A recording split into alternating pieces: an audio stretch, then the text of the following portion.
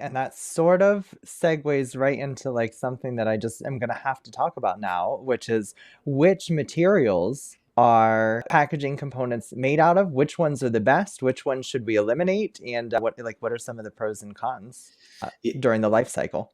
Yeah, so I mean, it's a really complicated question because when we talk about all the different types of packaging and formats, like there's just lots of different things to consider.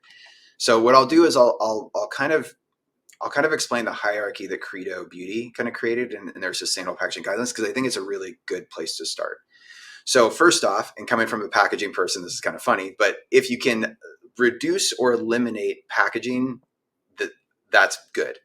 And so anything that's extra, anything that isn't needed or required for the brand or the product, try to what was called like lightweighting, so using less material. Or the next step would be to get packaging that can be like reusable or that is using less material, but you get more applications for it. So there's different formats that kind of can be used there. There's concentrates to where you just add water at home. There's others where there's like a bottle, like an 8 to 12 ounce bottle, but then you have this big kind of what I call a spouch. It's like a big flexible, and then you kind of use it as a refillable.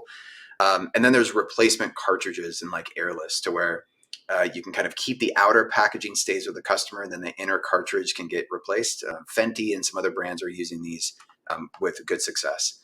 There's also a lot that aren't using it to great success because those have to be reused like 4 or 5 times in order for there to be like a really true sustainable benefit. So that would be the first kind of goal is like, reduce, eliminate, use less, try to refill as much as you can. And I know there are more and more local programs that are doing refills with